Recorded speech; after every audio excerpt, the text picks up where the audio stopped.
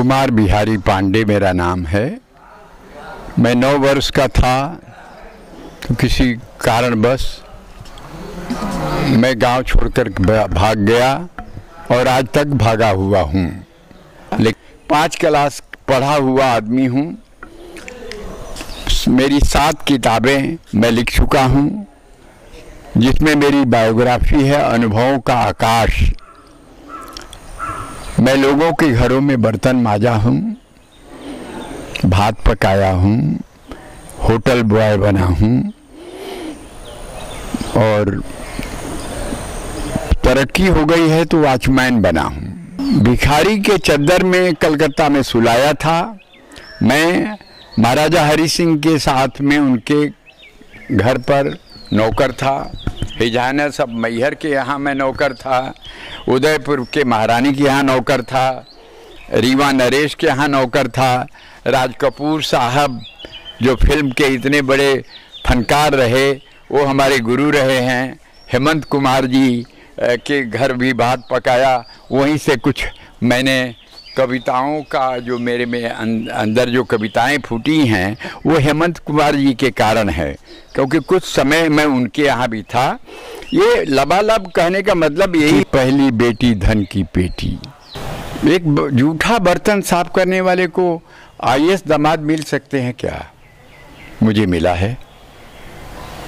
IPS दामाद मिल सकते हैं क्या? मुझे मिला है।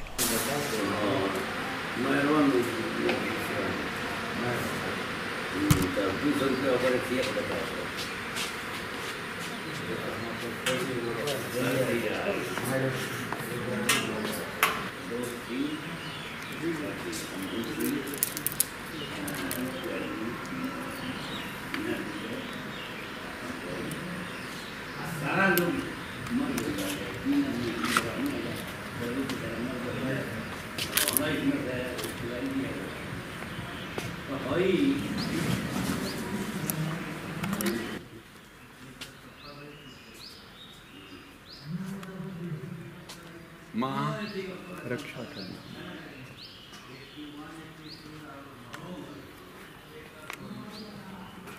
आमाद तो गइल बा हो, बोलियाइल बा, मधुमक्खी आ गई हैं।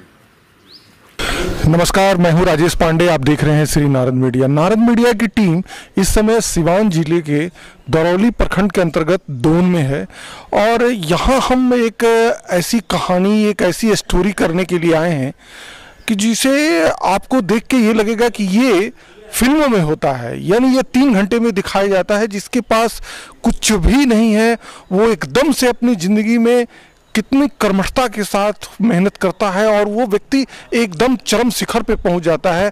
आप लोगों को आज ये रियल में, एक रील में ये होती है, लेकिन आज हम आपको ये रियल में दिखाने जा रहे हैं। और ये और कोई नहीं, सिवान की ये विभूति हैं और सबसे बढ़कर इनका समाज में बहुत ही ज़्यादा योगदान है, कंट्रीब्यूशन है। आप इन्हें देखेंगे तो पहचान जाएंगे। आप खुद अपना परिचय दें। कुमार बिहारी पांडे मेरा नाम है। मैं 9 वर्ष का था तो किसी कारणवश मैं गांव छोड़कर भाग गया और आज तक भागा हुआ हूँ। लेकिन न गांव भूला हूँ, न देश भूला हूँ, न इंसानियत भूला हूँ। मैं हमेशा जद्दोजहद करने वाला एक इंसान हूँ। को मैंने बहुत पहले सुन रखा था कि कोई भी कर्म करने से असंभव भी संभव हो जाता है। इसलिए मैं किसी मनुष्य को लंगी नहीं मारता हूँ, लेकिन कर्म को लंगी मारता रहता हूँ। और उससे होता क्या है कि उससे जूझने को मिलता है और उसको समझने को मिलता है। जब उसका मर्म समझ में आ जाता है फिर मैं उसको पस्त कर देता हूँ। यही मेरा काम रहा। 5 क्लास पढ़ा हुआ आदमी हूँ। मेरी 7 किताबें मैं लिख चुका हूँ, जिसमें मेरी बायोग्राफी है अनुभवों का आकाश। मैं लोगों के घरों में बर्तन मांजा हूँ, भात पकाया हूँ, होटल बॉय बना हूँ और तरक्की हो गई है तो वॉचमैन बना हूँ।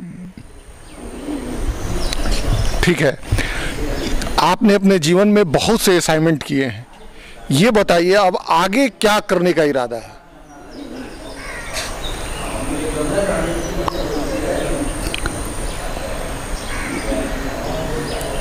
देख तो रहे हैं जो हो रहा है सामने, अभी भी अधूरा है। मैं यहाँ चाहता था एक हॉस्पिटल, जगह की कमी है। मैं यहाँ चाहता था एक कॉलेज, जगह की कमी है।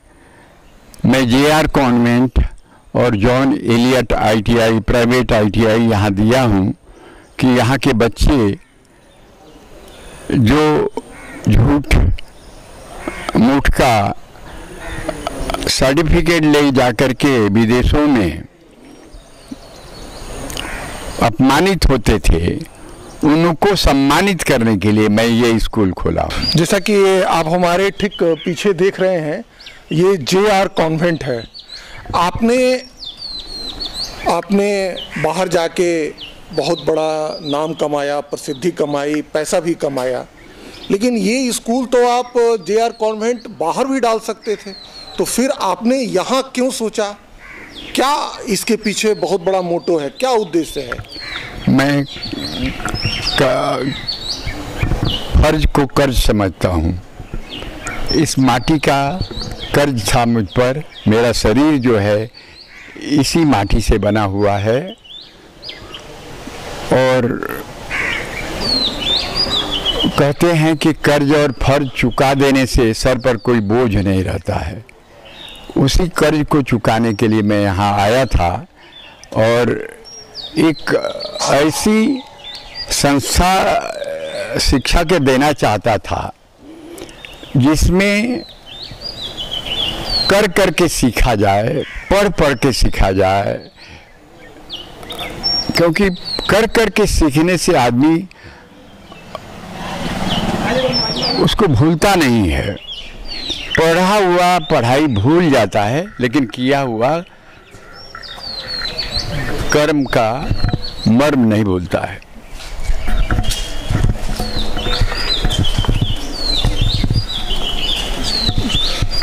आपने जो ये सुनीता विद्या नगरी दून सिवान, ये मैं सारे जगह देखता हूँ आपकी बेटी सुनीता के नाम से ही सब कुछ है।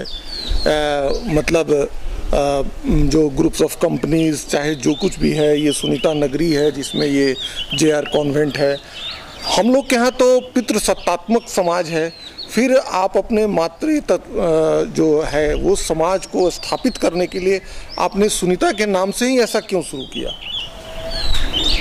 क्या इसके पीछे है? इसके पीछे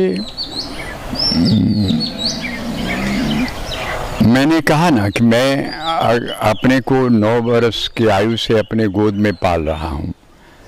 मेरे पास कुछ था नहीं, आया 14 बरस अज्ञातवास के बाद मैं जब यहाँ आया तो कुछ लोगों ने तो पहचाना, कुछ लोगों ने पहचाना ही नहीं। अब अपनी लड़की देने के लिए लोग डरते थे कि एक दफ़े भागा है आदमी तो हमारी लड़की की शादी हो जाने के बाद भागेगा तो फिर इसको ढूंढेंगे कहाँ। किसी तरह से माने। और ये जो कुछ भी आप देख रहे हो, जो आप मेरे से पूछना चाह रहे हो, जो भी साम्राज्य या जो कुछ भी हो, ये मेरी आस्था की थाती है। विष्णुप्रिया नारायणी ही हमारी माँ है और मेरे साथ 24 घंटा रहती है। आप अपने जो आपकी पुस्तक है नाम जो दिया मैंने, अनुभव का आकाश में, आपने बार बार नारायणी का जिक्र किया है। अगर वो नहीं होती तो मैं नहीं होता। मुझे घर से भगाया भी उसी ने, मुझे जो अनुभवों का आकाश लिखने को मिला, वो अनुभव मुझे उन्होंने दिलाया। रंक के भिखारी के चद्दर में कलकत्ता में सुलाया था। मैं महाराजा हरि सिंह के साथ में उनके घर पर नौकर था। हिजाना सब मैहर के यहाँ मैं नौकर था। उदयपुर के महारानी के यहाँ नौकर था। रीवा नरेश के यहाँ नौकर था। राज कपूर साहब जो फिल्म के इतने बड़े फनकार रहे, वो हमारे गुरु रहे हैं। हेमंत कुमार जी के घर भी भात पकाया। वहीं से कुछ मैंने कविताओं का जो मेरे में अंदर जो कविताएं फूटी हैं, वो हेमंत कुमार जी के कारण है, क्योंकि कुछ समय मैं उनके यहाँ भी था। ये लबालब कहने का मतलब यही है कि जो 14 बरस तक मेरा अज्ञातवास रहा, इन्हीं अनुभव, यही घुमक्कड़ी में मुझे ये अनुभव मिला है। कहते हैं कि घुमक्कड़ी में जो अनुभव मिलता है और किसी विश्वविद्यालय में नहीं मिलता है। आप जब आपकी माँ, जब आप बहुत छोटे थे तभी माँ गुजर गई, तो कहीं ऐसा तो नहीं है कि जो एक माँ की जो छवि है उसको आप अपनी बेटी में देखा, और आपकी जो पुस्तक है अनुभव का आकाश, उसमें आप नारायणी में भी अपनी माँ को देखते हैं या सुनीता में भी देखते हैं? पृथ्वी माँ है। माँ अगर है तो संसार है। माँ वो विभूति है जो ये अपने शिशु को अपने ममता के आंचल का छांव देकर धनवान, ज्ञानवान और बलवान बना देती है। जब मेरे यहाँ पहली बेटी का जन्म हुआ तो मैंने कहा कि पहली बेटी धन की पेटी, और वो जब से आई है तब से ये सब शुरू हुआ है। और अभी कहाँ मेरी माँ मुझे ले जाएगी, मेरा मंजिल कहीं पता नहीं है कि वो कहाँ है। लेकिन मैं दोनों को ये विद्यालय देकर गौरवान्वित खुद हो रहा हूँ कि जिस मिट्टी ने हमें ये शरीर दिया, उसके लिए मैं तो कुछ किया, मैं कर सका, और उसके पीछे मेरी माँ नारायणी ही है। यहाँ पर जैसा कि मैं देख रहा हूँ, एक जॉन इलियट साहब के नाम से ITI भी आपने डाला है। ये आपके जीवन में इलियट साहब का क्या मतलब कितना योगदान है आपको ये बनाने में? इलियट साहब का योगदान नहीं है, योगदान मेरे कर्मों का है। मैं कर्म को पूजा मानता हूँ। मैंने इसलिए लिखा है कहीं, भारत का भारती हूँ, हर भाव भारती है कर्म मेरी पूजा, श्रम शक्ति आरती है। मैं कर्म को पूजा मानकर करता हूँ। और जब एक बिल्डिंग में बम्बई में मैं वॉचमैन था, तो भारत सरकार ने 1955 में जॉन इलियट साहब को first time in India engineering का टूल रूम बनाने के लिए, परागा टूल्स जिसका नाम हैदराबाद में है, उनको हायर करके अमेरिका से टेक्निकल एडवाइजर करके लाया था। और वो वहाँ का काम समाप्त किए, फिर वो बॉम्बे आ गए। बॉम्बे में उन्होंने अपनी एक कंपनी बनाई थी। उसी टाइम में मैं वहाँ जो जीवन ज्योत करके एक बिल्डिंग है निपेंसी रोड पर बॉम्बे में, वहीं मैं वॉचमैन था। तो मेरे कर्मों से वो इतने प्रभावित हुए कि अपनी मैडम को भेजे कि भाई अगर ये आदमी मिल जाता है हमारी कंपनी की सुरक्षा के लिए तो इन्हें देखिए, इनको लेके चलेंगे। तो मैडम ने आई, हमसे बोली कि भाई ऐसा ऐसा है, आप साहब कह रहे हैं कि आप मेरी कंपनी में काम करें। मैंने कहा कि देखिए मैडम, अब मेरे मुंह से तो हमेशा नारायणी ही बात करती है, अब मुझे कुछ पता नहीं था। कहा कि देखिए मैं यहाँ ये बिल्डिंग जो है जीवन ज्योति नाम है इसका। ये बिल्डिंग LIC की है। मैं LIC में वॉचमैन हूँ। इस नौकरी का कुछ आधार है, आपका प्राइवेट की नौकरी रहेगी। अगर आप हमें टेक्नीशियन बनाओगे तो मैं शहर से आऊँगा। अब उन इंडियन मेंटेलिटी की थी, उनकी वाइफ दिल्ली से थी, वो तो ये नहीं हो सकता, वो कह के चली गई। जब सर ने पूछा उनसे तो बोली कि ऐसा ऐसा वो शर्त रख रहा है। वो बहुत हंसे। और ऑक्सफोर्ड का एक सॉफ्ट थ्योरी करके एक बुक आता था, वो ले करके नाइट गाउन में ही मेरे पास आ गए और कहा कि मैं तुमको टेक्नीशियन बनाऊंगा और अपने हाथ से तुम्हारा हाथ पकड़ करके सिखाऊंगा, चलोगे? मैं बोले यस सर, कल सवेरे चलेंगे। और वहीं से मैं बॉम्बे टूल एंड डाई में 5 बरस तक, जिस तरह से एक योगी तपस्या करता है रात और दिन, उसी कंपनी के फर्श पर सो जाना, कॉटन बेस का तकिया लगा लेना, और जो मशीन खाली होता था उस मशीन को मैं चलाता था। और 5 बरस में मेरी माँ ने मुझे वहाँ इंजीनियरिंग का, अब अपने मुंह से तो नहीं कहूँगा, एक तज्ञ तो जरूर बनाया, जिसके कारण मैं इस देश का कुछ एक गिलहरी का छोटा सा योगदान किया हूँ। इस देश के भविष्य के, देश के टेक्निकल प्रगति के लिए। हमारे जॉन नीलियड साहब first time in India readymade pillar set और मोल्ड बेस बनाते थे। पिलर सेट और मोल्ड बेस बनाते थे। जैसे आपका ये रेडीमेड कपड़ा है ना, वैसे ही इंजीनियरिंग के लिए वो रेडीमेड पिलर बेस बन गया, तो उसमें आप डाई बना सकते हो। वो 5 बरस के बाद कुछ हुआ और वो परमानेंट कंपनी बंद करके अमेरिका चले गए। हमें भी ले जाना चाह रहे थे, लेकिन मैं अपने पिताजी को कुछ बात कह के गया था, कुछ वादा किया था कि हम कुछ बन करके लौटेंगे। तो हमने कहा कि सर मुझे आजमाने दो मेरी तकदीर को। और मैं वही 23 मार्च 1968 को, सुनीता जन्म ली थी 67 नवंबर में, और मैं 23 मार्च 68 को उसके नाम से सुनीता इंजीनियरिंग कंपनी बनाया। और उस कंपनी ने पूरे भारत में तहलका मचाया है। जितनी बड़ी कंपनियां हैं, छोटी हैं, सब मुझे जानते हैं, मैं उनको सपोर्ट करता हूं।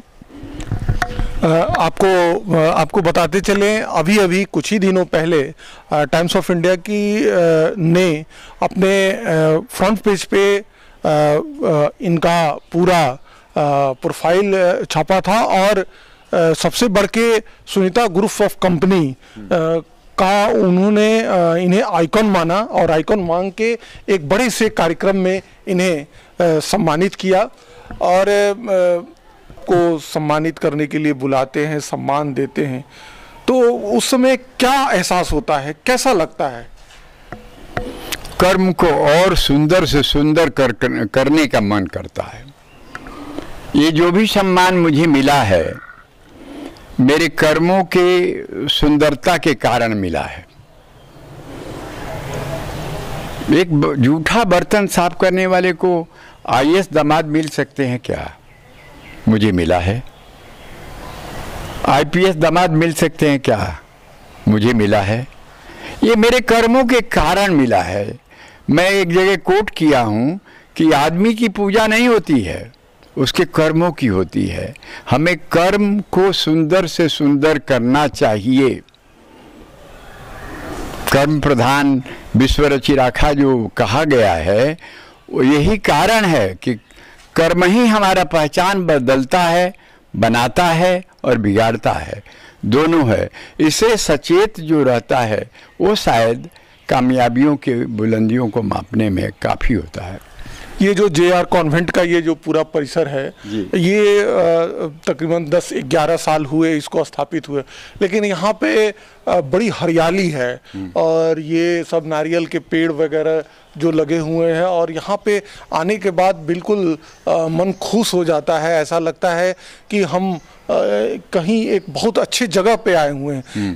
तो ऐसा करने का क्या मतलब था, इतना पेड़ वगैरह लगा के स्कूल के अंदर? मैंने बचपन में देखा था कि हमारे जो किसान भाई हैं, पेरेंट्स, वो पलिहर जोता करते थे कि गेहूं मोटे मोटे पैदा होंगे। माहौल चेंज करना था। पहले काम था कि यहाँ गांव, ये परिसर तो गांव का है, तो यहाँ पहले जब तक माहौल नहीं चेंज करोगे तब तक बच्चों में आप चेंज कैसे लाओगे। एक तो ये आइडिया थी वहाँ पर।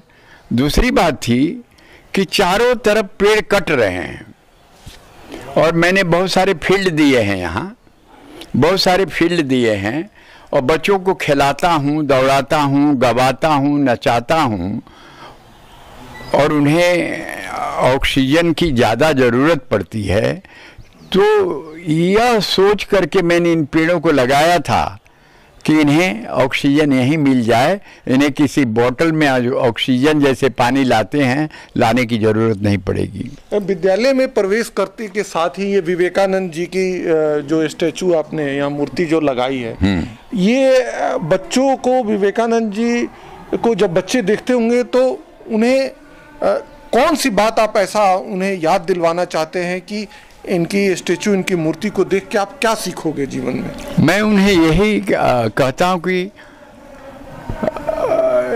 महापुरुष को प्रणाम करो। जोगी योग करते हैं, और योग ही संसार को जोड़ता है। तुम्हें पढ़ना है संसार को जोड़ने के लिए, तो जब तक जोगी नहीं बनोगे फिर जोड़ कैसे सकते हो। मैं यही नहीं कहता हूँ, मैं उनसे पूछता हूँ कि ये तुम्हारा यूनिफॉर्म का पैसा कौन देता है? माँ बाप। भोजन कौन देता है? माँ बाप। तुम उनको क्या देते हो? तो बोलते हैं कि जब हम नौकरी लगेगा तब न देंगे सर। मैं बोला पागल, तेरे पास तो अगाध संपत्ति है, क्यों नहीं देता उनको? बोला क्या है सर? प्यार।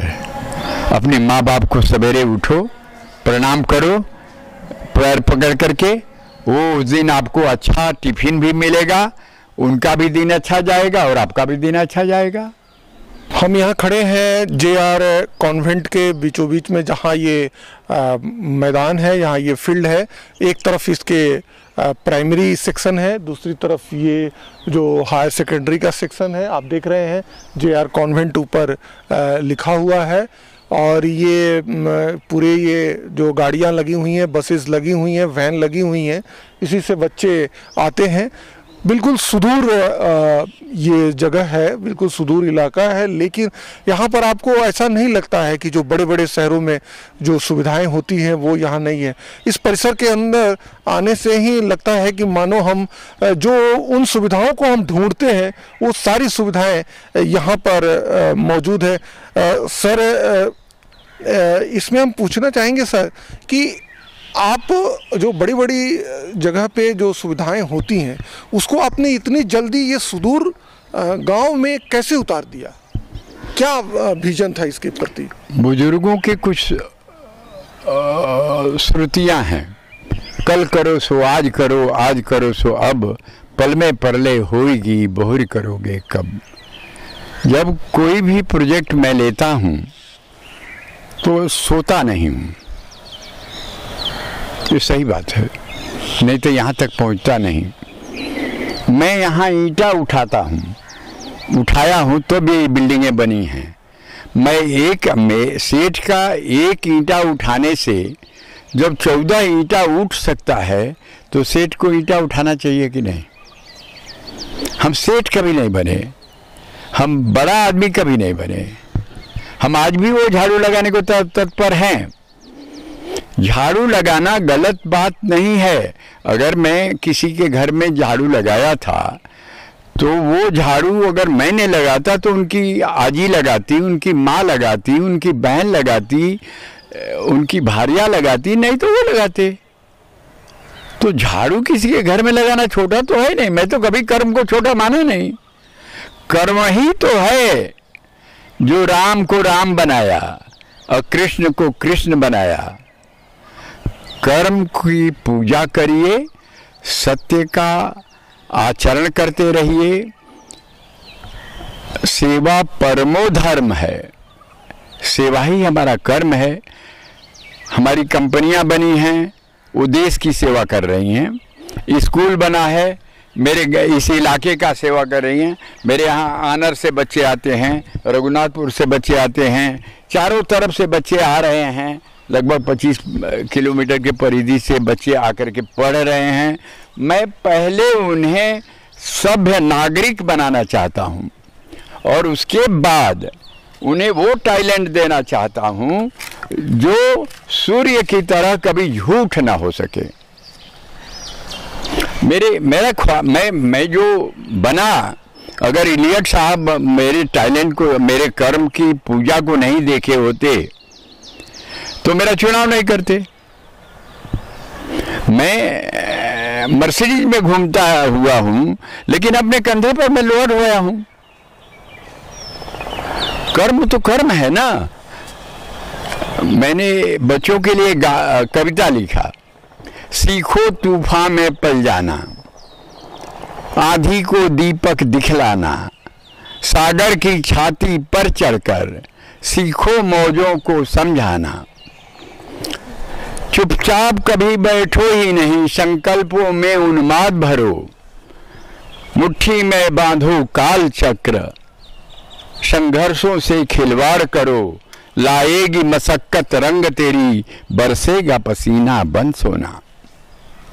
तो जब हमारे पसीना बहाने से सोना बरस सकता है तो हम यही तो कहने आए हैं बच्चों को, पसीना बहाओ, सोना चाहिए तो। अभी जहाँ हम लोग खड़े हैं, ये इस विद्यालय का, स्कूल का ये पश्चिमी छोर है। तो क्या आपको ऐसा नहीं लगता कि और ज़्यादा फील्ड होना चाहिए, और ज़्यादा मैदान होना चाहिए ताकि बच्चों के लिए यहाँ खेलने कूदने के लिए और जगह मिले? यानी ज़मीन की आवश्यकता है यहाँ। ज़मीन की आवश्यकता तो बहुत ज़्यादा है इनके लिए, लेकिन फिर भी मैंने कोशिश किया है किसी तरह से कि भाई इन्हें फील्ड मिले। तो एक फील्ड तो आगे है, दूसरा फील्ड वो सामने है, और तीसरा फील्ड ये हो गया, चौथा फील्ड उधर चला गया है। तो ये फील्ड इसलिए हम दिए हैं कि बच्चे जब तक खेलेंगे नहीं, दौड़ेंगे नहीं, भागेंगे नहीं, नाचेंगे नहीं, गाएंगे नहीं, फिजिकल वर्क नहीं करेंगे तो उनको भूख नहीं लगेगी। अब भूख नहीं लगेगी तो भोजन नहीं करेंगे, अब भोजन नहीं करेंगे तो दिमाग का विकास नहीं होगा। तो इसलिए आप प्रयास नहीं कर रहे हैं? हमने किल्लत है यहाँ जगह की, लेकिन फिर भी मैंने जुगाड़ करके अच्छा जगह दिया। हर स्कूलों से ज़्यादा हमारे यहाँ जगह है। सीवान के हर स्कूल से ज़्यादा जगह है। एक बात इससे इतर जी, क्या भारत जो है वाकई में गरीब है या यहाँ के लोग गरीब हैं?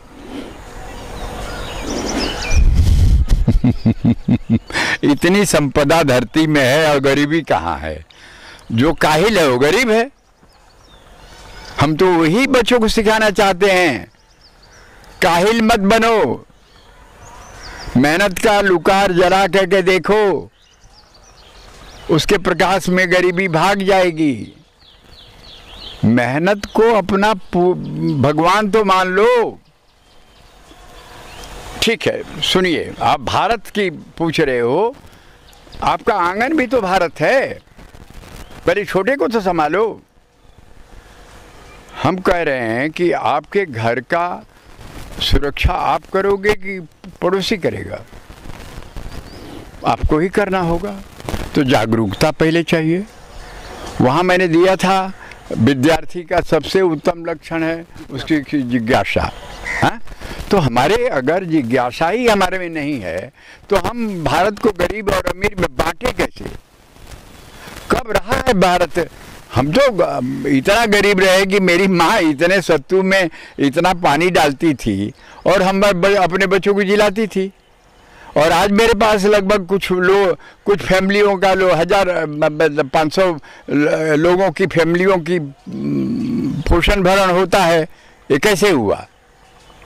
इसके लिए भगीरथ प्रयत्न करना पड़ता है, मेहनत करना पड़ता है, पसीना बहाना पड़ता है। इसके लिए मैंने अपने को ही शाबाशी देता रहा हूँ कि आगे कैसे बढ़ूँ। तो इस पर एक कविता लिखा था, फूल से तुम मुस्कुराना सीख लो, राह कांटों पर बनाना सीख लो, जिंदगी का क्या भरोसा दोस्तों, मौत से आंखें लड़ाना सीख लो। एक बात आप मतलब ये कहना चाहते हैं कि लोग कर्म प्रधान से कहीं ज्यादा भाग्य प्रधान है, इसलिए वो गरीब है? यही बात है।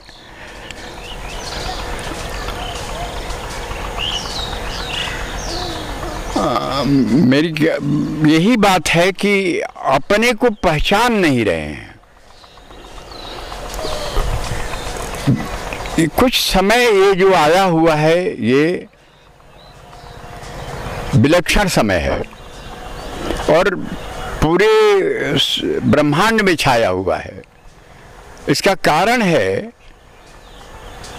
कि कुछ अंतराल में इतने ये पैसे तो पहले थे नहीं ना, इतने पैसे आ गए कि देख करके पैसवा को लोग अगरा गए और अपनी जो करनी थी वो भूल गए। करनी तो उनको यही है कि माँ पृथ्वी की पूजा करो, इसको दोगे ना, आप दोगे इसको और आकाश देगा आपको। ये सूत्र जब समझ जाओगे आप, आकाश शून्य नहीं है। अगर बरसात न हो तब क्या होगा? जीना मुश्किल है। तो कौन करता है बारिश? आकाश। उसकी पूजा करो, पृथ्वी की पूजा करो, आग की पूजा करो, हवा की पूजा करो, पानी की पूजा करो। यही तो भगवान है। लेकिन करने से संभव होगा ना।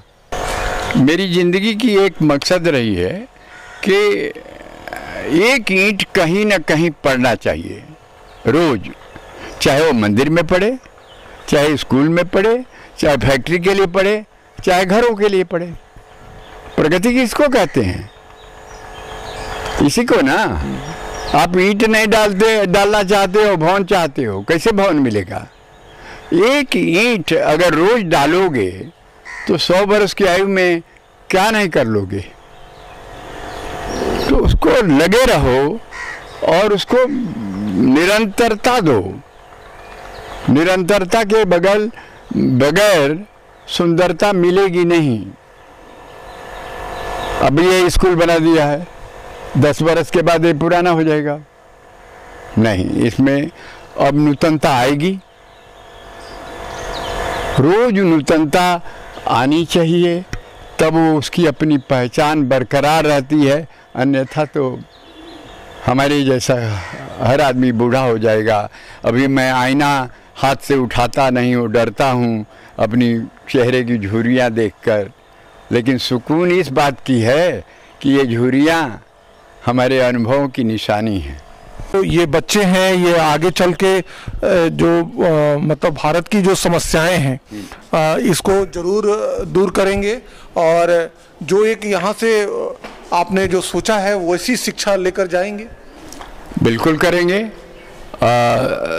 7-8 वर्षों में हमारे स्कूल के छात्रों ने डिस्ट्रिक्ट में टॉपर किए हैं। 12th में लास्ट ईयर जो कोरोना के पहले हमारे स्कूल का छात्र टॉपर हुआ है।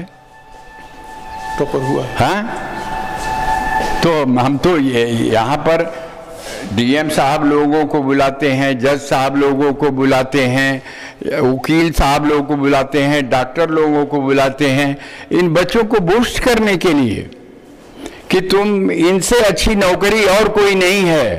तुम मेहनत करोगे तो तुम ये भी बन सकते हो, यही अकेले नहीं बन सकते, तुम भी बन सकते हो। तो मेहनत करो। मेहनत वो औजार है जो संसार को आधार दे देता है। तो मेहनत करो, विश्वास ही ईश्वर है। देखिए यहाँ गणपति जी महाराज को बैठाया हूँ कि बच्चों का मंगल करें। माँ सरस्वती बैठी हैं उनको विद्या देने के लिए। विद्या ददाति विनयम, विनयम ददाति पात्रताम। इस समय लेकिन ये इससे एक सवाल खड़ा होता है कि इस समय जो देश में माहौल है, चाहे जो इसे कहिए, कि एक स्कूल में इस तरह का जो आइडियल का वर्शिप जो है, मतलब एक मूर्त की जो पूजा है, ये कहीं ना कहीं तो एक आप यूं कह लें कि सांप्रदायिक शिक्षा की तरफ ले जाता है बच्चों को। यहाँ हम कुछ नहीं बोलेंगे। एक दफे की बात है, अर्जुन धनुष बाण साध रहे थे एक पेड़ के ऊपर, चिड़िया बैठी थी, और गुरु द्रोण निकले और उनसे पूछा कि क्या कर रहे हो अर्जुन? बोला सर संकल्प साध रहा हूं, मुझे उस चिड़िया की आंख में वेद करना है। तो क्या देख रहे हो, वहां क्या है? बोला सर सिर्फ आंख दिख रही है, अब मैं लक्ष्य भेद करने जा रहा हूं, आप आशीर्वाद दे दीजिए। तो जब तक आप दिल, दिमाग और दृष्टि एक नहीं करोगे, तब तक आप कहीं भी कामयाबी नहीं पा सकते हो। हम पॉलिटिक्स से इस स्कूल को बिल्कुल दूर रखना चाहते हैं। ये गुरुकुल है, यहाँ बच्चों को वही देंगे जो मांग रहे हैं। उन्हें नौकरी चाहिए, उन्हें टैलेंट हम नहीं देंगे, और नौकरी जाकर के वो गधे के जैसे पीटे जाएंगे और उनके साथ बर्ताव होगा तो मेरा सम्मान जाएगा। मैं अपना सम्मान बचाने के लिए इन्हें अच्छी से अच्छी शिक्षा देना चाहता हूं और दे रहा हूं। ये पाटिल साहब हैं, और ये पाटिल साहब बिहार के तरह तरह की ये जो तस्वीरें हैं, और जैसा कि आप ये देख रहे हैं, ये जो यादें हैं, कहा यह जाता है कि ग्रेजुएशन हॉल में कुछ तस्वीरें लगी हुई हैं, और ये देश के नामचीन हस्तियों की तस्वीरें हैं, उसके साथ आप भी हैं। तो ये इतने बड़े बड़े लोगों का साथ आपके साथ क्या? ये हमारे यूनिवर्सिटी हैं। लोग बड़े लोगों से जब घृणा करते हैं तो उनसे हम कहते हैं कि बड़ों से प्रेम करो, घृणा नहीं। बड़ा बनने का महामंत्र उन्हीं के पास है। संगत से गुण होत है, संगत से गुण जात। 5 क्लास पढ़ा हुआ हूँ, अगर इन लोगों का साथ नहीं होता तो मैं ये कैसे जमीन पर उतार पाता। तो गुण मिलता है बड़ों से, उनसे जलन नहीं रखना चाहिए, उनसे प्रेम करना चाहिए, उनकी संगत और पंगति में बैठना चाहिए। तब आप भी स्वप्न देख सकते हो। जिनको देखे नहीं वो स्वप्न कैसे देखोगे? पहले तो देखो, तब ना उसको पाने की स्वप्न देखोगे। तो इसलिए हम हमेशा बड़ों का संगत चाहा कि कुछ सीखने को मिले। सीखना ही तो जीवन का मूल मंत्र है। किसी भी कामयाबी को पाने के लिए बगैर सीखे किसी को कामयाबी कैसे मिलेगी? कोरोना जो पिछले 2020 का जो है 2020 पूरा कोरोना का भेंट चढ़ गया, ऐसे में ये स्कूल का संचालन कैसे होता था? और यहाँ के जो स्टाफ हैं, फी वगैरह तो आती नहीं थी, तो जो यहाँ के स्टाफ हैं, चाहे आपके भी जितने भी स्टाफ हैं, उनका भरण पोषण कैसे होता था? हिम्मत मर्द मदद खुदा। मैंने अपने बॉम्बे के स्टाफ को, यहाँ के स्टाफ को एक मैसेज दे दिया कि तुम्हारे घर का चूल्हा जलता रहेगा, मेडिकल की दवाइयाँ मिलती रहेंगी। इतने दिन काटे हो अच्छे, बुरा दिन थोड़े दिन के लिए आया है, हम लोग सहयोग करें, काट लेंगे और फिर सब वही बिहान आएगी और नया विधान लाएगी और हम लोग नया इतिहास लिखेंगे। वही चरितार्थ हुआ है। अब हम सब मुतमैन हैं। मेरे पास ड्राइवर, खलासी, सबको मैं देता था पैसा और सबके घर चलते थे, आनंद से थे, उनका आशीर्वाद मुझे मिलता था। मैं पहले 8 रोटी खाता था तो मिलता नहीं था, और जब रोटी मिलने लगा तो आधा रोटी में मुतमईन हो जाता हूँ। मद्रास से बच्चे आ गए, गुजरात से बच्चे आ रहे हैं, बॉम्बे से बच्चे आ रहे हैं। शिवांग कह रहा है कि वो अगर छात्रावास होता तो मैं अभी अपने बच्चे को पढ़ाता। तो हम छात्रावास जाने में असमर्थ हैं। हम ट्यूशन ही पढ़ाएंगे, लेकिन मेरा जो ध्येय था इस साल पूरा हुआ कि जो पलायन था, गोरखपुर के बच्चे यहाँ आ रहे हैं, कलकत्ता के बच्चे आ रहे हैं, असम के बच्चे आ रहे हैं, गुजरात के बच्चे आ रहे हैं, बॉम्बे के बच्चे आ रहे हैं, मतलब मद्रास के बच्चे आ रहे हैं। कोने कोने से बच्चे जो यहाँ से पेरेंट्स जो गए हैं अपने बच्चों को वहाँ पढ़ा रहे हैं, वो बोलते हैं कि हमारे गांव में इतना अच्छा स्कूल है तो मैं बाहर क्यों जाऊँ, तो यहाँ घर का सत्तू खा करके पढ़ लेंगे, इनका इकोनॉमी हो जाएगा। तो मेरा आना लगभग मेरा ध्येय। एक और प्रश्न है, अगर ईश्वर से आपको कुछ मांगना हो तो आप क्या मांगेंगे? पाँव में कुव्वत, पाँव में कुव्वत, हाथों में बरकत, दिल में मोहब्बत और दिमाग में समझ। इसके अलावा हमें दुनिया से कुछ भी नहीं चाहिए। जैसा कि आप ये देख रहे हैं, ये जो चैम्बर है ये डायरेक्टर साहब का चैम्बर है, और यहाँ पर जैसे आप वो बार बार बताते रहते हैं कि मेरे जीवन में नारायणी माँ का बहुत बड़ा आशीर्वाद है, और वही जैसा मुझे कहती हैं वैसा मैं कहता हूँ। बड़ा टूट विश्वास है, बड़ी गहरी आस्था है, और वो प्रशांत महासागर से भी काफ़ी गहरा वो आस्था है, इसे मापा नहीं जा सकता है। और उनका कहना यही है कि हमारे जीवन में जो कुछ भी है सब इन्हीं के आशीर्वाद से है। इनका ये पूरा चैम्बर है, यहाँ पे जो भी गणमान्य लोग हैं वो यहाँ आके बैठते हैं और से कुछ गुफ्तगू होती है। जब भी आप यहाँ मुंबई से यहाँ दोन में प्रवास के दौरान होते हैं तो वर्किंग आवर में आप यहीं बैठते हैं और यहाँ बैठ के तमाम लोगों से मिलना जुलना होता है, बातें होती हैं, कैसे आगे बढ़ा जाए, कैसे आगे इस विद्यालय को बढ़ाया जाए, और यहाँ पे कौन से ऐसे और काम करने चाहिए जिससे और ये विद्यालय बिल्कुल गगनचुंबी इमारत की तरह आगे बढ़ता रहे। इसके लिए काम होता है, किया जाता है। और ये आप ये कह सकते हैं कि ये चैम्बर नहीं, वार रूम है, जहाँ से आगे की योजना बनाई जाती है। और तमाम तरह के यहाँ पे कुछ मेडल्स वगैरह भी रखे गए हैं। यहाँ पे बिहार की प्रतिष्ठित अखबार हिंदुस्तान में एक ये पूरी JR कॉन्वेंट के डायरेक्टर साहब की पूरी इसमें खबर छपी है, और इसमें लिखा हुआ है, कुमार बिहारी अभावों को औजार बनाकर गढ़ दी जिंदगी की सूरत। यहाँ इसमें इनका पूरा प्रोफाइल है, इन्होंने क्या क्या किया है और इनके जीवन में क्या क्या अचीवमेंट रहे हैं। लेकिन सबसे बढ़ के इसमें जो अचीवमेंट हैं वो बताया गया है कि ये JR कॉन्वेंट है, जॉन एलियट प्राइवेट ITI है दोन, और ये एक बड़े करीने ढंग से इसको अखबार में जगह दी गई है, निकाला गया है।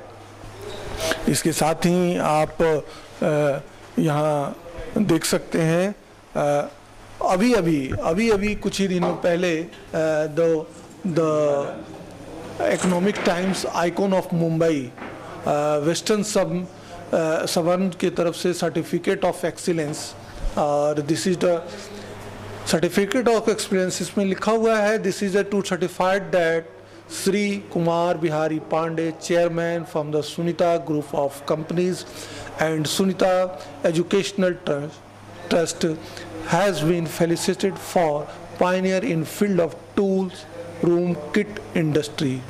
कितनी बड़ी ये बात है कि एक सिवान जिले के दरौली प्रखंड के तहत दोन गांव से निकला हुआ एक व्यक्ति और इतने बड़े अचीवमेंट, भारत की जो महानगरी मुंबई जो है वहाँ पर इतना बड़ा अचीवमेंट लेता है, ये बहुत बड़ी बात है। ये सिवान जिले के लिए ही नहीं, पूरे बिहार के लिए ये गौरव का चीज़ है। और ये आप यहाँ पर देख सकते हैं बिहार स्मिता सम्मान, बिहार स्मिता सम्मान है प्राइड ऑफ सारण की तरफ से। ये बुद्ध भगवान की ये तस्वीरें आप ये नीचे देख सकते हैं, ये सारे पुराण रखे हुए हैं और शिव पुराण है, श्री हरिवंश पुराण है, रामचरितमानस है। और ये कहने का मतलब ये है कि जीवन में अगर तरक्की आती है तो ईश्वर से दूर हो जाना होता है, लेकिन यहाँ पर आप एक चीज़ दे सकते हैं कि ईश्वर के प्रति और अटूट आस्था है और अटूट विश्वास होता चला जा रहा है। और ये हमेशा वो व्यक्ति अपने आप को ये मानता है कि किसी के द्वारा मुझे ये सब कार्य किसी के द्वारा करवाया जा रहा है और मैं उसको कर रहा हूँ, मैं एक करता हूँ। और ये एक बहुत बड़ी चीज़ है कि व्यक्ति जब उसके अंदर में ये होता है कि जीवन में व्यक्ति के अंदर प्राउडनेस नहीं आती, अहंकार नहीं आता है। उसे ये लगता है कि नहीं, मुझे ईश्वरीय ने भेजा है इस काम के लिए और मुझे ईश्वर के द्वारा ये सब चीज़ कहा जा रहा है करने के लिए और मैं उसे कर रहा हूँ, बस मैं एक कर्ता मात्र हूँ। और ये होता जा रहा है। जो लोग नाम ले रहे हैं, जो लोग ऐसा कर रहे हैं, वो तो उसके पीछे हुई सच्चाई जो है वो नारायणी माँ है और ये सबसे बड़ा ये चीज़ है। और आप ये देख सकते हैं इनके जीवन में बड़े सौम्य, बड़े सुशील और बड़े धीरज वाले व्यक्ति। और सबसे बढ़ के नॉट आउट 85, चेहरे पर कोई सिकन नहीं। आगे बहुत सारे असाइनमेंट हैं जीवन के जो करने हैं और किसी भी तरह का कोई भी लालच नहीं है, किसी भी तरह का कोई भय नहीं है।